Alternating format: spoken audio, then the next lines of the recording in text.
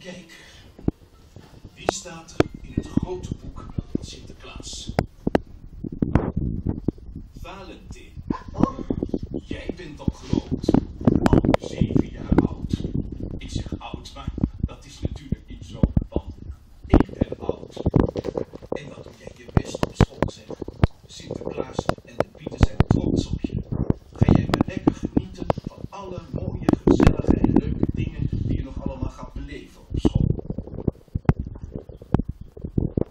Verder lees ik hier dat jij zo graag voetbalt. Wat leuk zeg. En weet je wat ik nou zo aardig vind aan voetballen?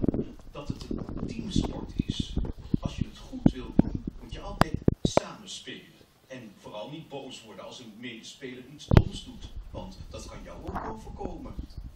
Weet je wat je jezelf moet aanleren? De bal trappen met links en rechts. Dan word je misschien wel zo